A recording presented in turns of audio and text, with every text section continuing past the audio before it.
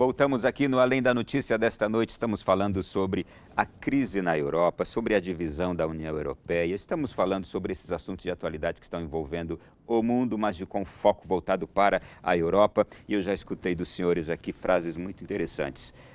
O futuro da Europa está em jogo, crise de identidade, negação de suas raízes. E aqui, ao mesmo tempo, eu quero pôr uma outra. A capacidade de ressurgir da Europa é impressionante. Como em tão pouco tempo depois da Segunda Guerra Mundial eles construíram um mundo ideal para se viver com conforto, com bem-estar e tudo. Agora, este futuro e o presente da Europa agora, como ele vai se ressurgir deste momento de, parece ser uma crise mais destrutiva ainda essa de agora? É fundamental em qualquer nação, qualquer povo, qualquer conjunto de nações, fundamental para que esses povos consigam se reerguer é a existência de instituições sólidas. E nesse sentido, apesar de toda a crise que nós podemos assistir hoje, tradicionalmente a Europa se forjou em instituições. Eu dou um exemplo que é fundamental que se entenda. A ideia de cristandade, de valores comuns, faz com que os europeus consigam se ver diante de certos obstáculos e superar esses obstáculos. Veja, há alguns pontos também que os europeus têm muita consciência disso. Primeiro, eles, nos últimos 100 anos, passaram por duas guerras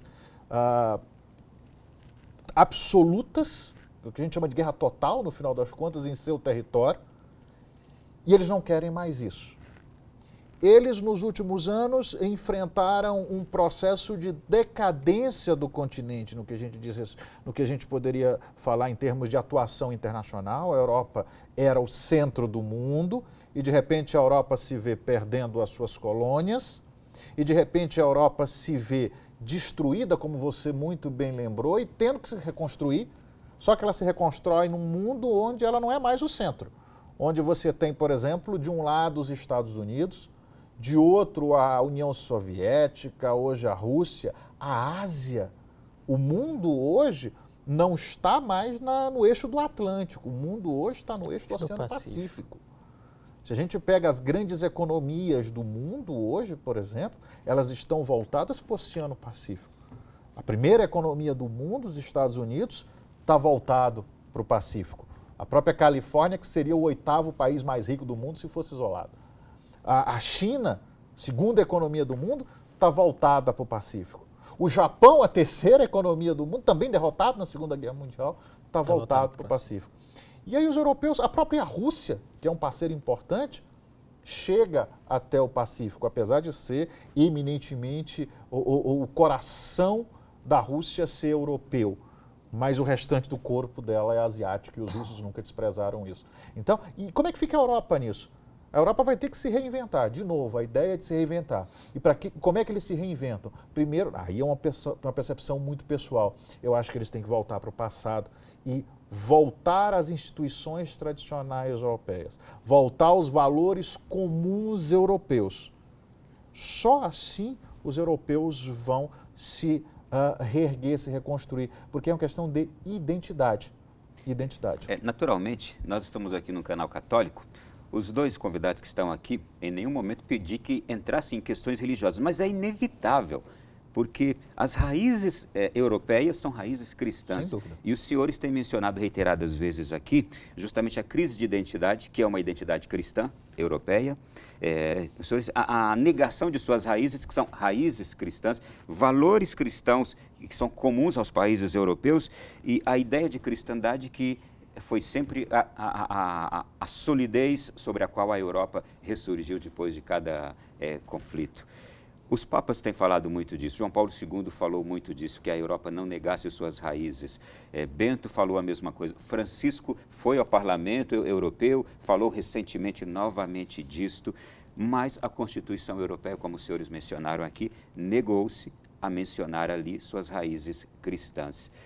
E nós estamos aqui chegando à constatação, os senhores estão dizendo que a solução é voltar às raízes. Mas é possível, neste grau em que se encontra hoje a Europa, nesse grau de grande incidência agora, quando se deu a abertura, quando os estatutos europeus disseram não, somos um continente inclusivo e tal, mas na prática nós percebemos de fato que, embora permitisse a chegada de novas culturas, ideologias e tal, na prática não se permitia que essas culturas se expressassem. Como fazer isso agora nesse contexto de dificuldade que a Europa mesma está constatando que existe lá dentro hoje? Eu creio que dois pontos que são muito importantes quando a gente está pensando na consolidação dessa Europa para o futuro envolvem, o primeiro de tudo, a construção das instituições, como o João Anísbal muito bem falou. Né? Não há saída para a Europa hoje fora das instituições. E aí, basicamente, o que eu estou dizendo não há saída fora de uma ideia que consolide aquilo que a Europa conseguiu construir nos últimos 70 anos. Direitos, liberdades, democracia, participação e representação. Essa é uma miríade de elementos que precisa existir de maneira muito equilibrada. Só que, de outro lado, se casa isso uma ideia que é um sentimento de pertencimento desse europeu e de envolvimento desse europeu com o cotidiano que envolve a sua realidade. O que eu estou querendo dizer? Nós vivemos isso, e nisso a Europa não é diferente do restante do mundo.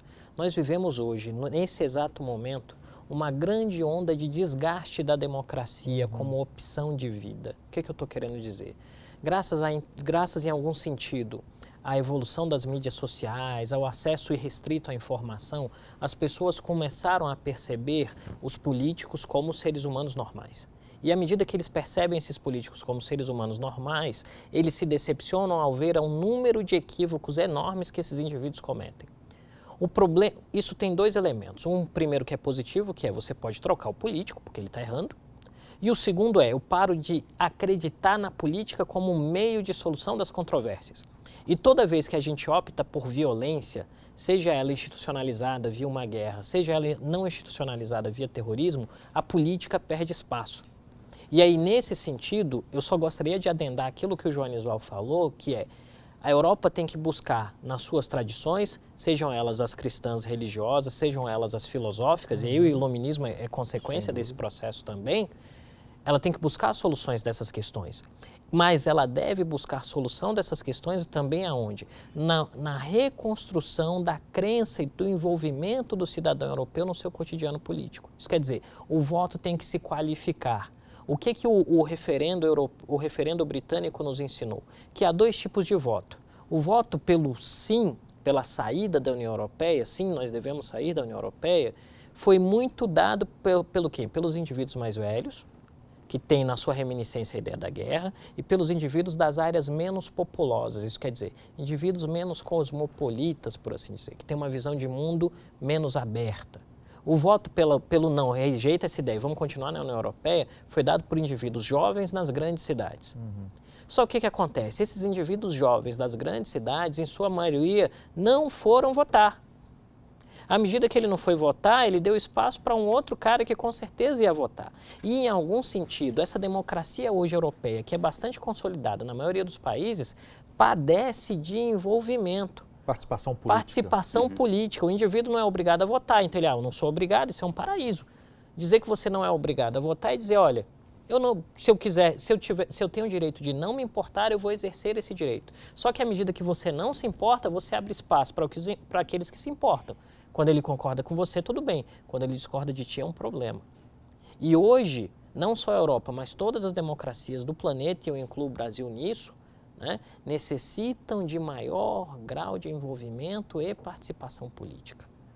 É preciso que as comunidades assumam posicionamentos muito claros acerca daquilo que elas são, daquilo que elas querem ser e daquilo principalmente que elas não desejam ser. À medida que isso é feito, você consegue avançar. À medida que isso é refutado, a sociedade cai em quê?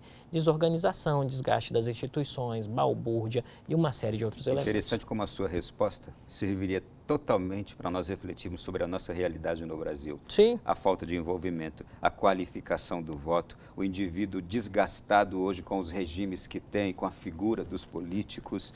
Não é muito diferente. Seria uma crise de humanidade? Seria uma crise de humanidade, mas uma crise de democracia. Uma crise de As democracia. democracias, sobretudo, quando eu falo de democracia, eu penso no Ocidente, passam por essa crise de identidade. Seja aqui, seja na Europa, seja nos Estados Unidos. A gente vê esse cenário hoje. Hoje um grande debate nos Estados Unidos é exatamente esse. O que eu quero para os Estados Unidos, a maneira como eu vejo a minha democracia.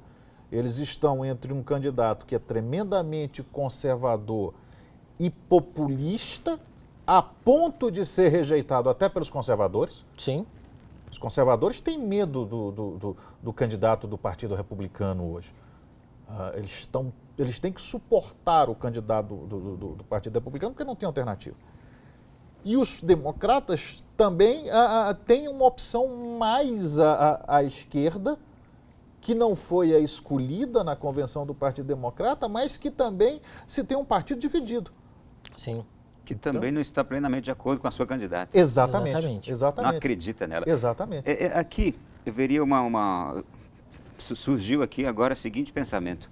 O que nós estamos vendo acontecer na Europa com este racha lá do Reino Unido saindo da União Europeia, parece ser, então, uma vitória ou uma prevalência do pensamento mais preconceituoso e intolerante, racista talvez. E eu quero só aliar aqui, podem discordar, sim. só estou levantando. E eu escutei também recentemente alguém dizer que uma vitória do Trump, e que parece que não está difícil nos Estados Unidos, seria uma vitória do pensamento intolerante, racista e preconceituoso também. Então, tem dois elementos aí, se o Joanes me permite. Tem duas coisas. A primeira é, vamos na ideia de conservadorismo político, Sim. né? O conservadorismo político parte de um princípio, e eu falo isso com muita tranquilidade porque eu não sou um conservador político, né? O conservadorismo político nasce de uma ideia de busca de um determinado tipo de tradição que ele acha importante ser mantida na linha do tempo. Preservação de um determinado tipo de tradição. Então, em algum sentido, a gente não pode dizer que todo discurso conservador é, por exemplo, racista. Né? Porque existirão discursos que não são conservadores e são racistas. Né? Então, eu acho que é importante pontuar isso para aqueles que nos assistem. De outro lado, quando a gente fala especificamente do que envolveu a votação no ambiente do Reino Unido, esse discurso conservador, ele não namorou o racismo de maneira explícita, né?